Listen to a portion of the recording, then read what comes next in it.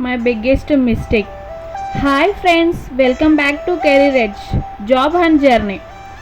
నా job search జర్నీలో నేను చేసిన బిగ్గెస్ట్ మిస్టేక్ ఏంటి తెలుసా?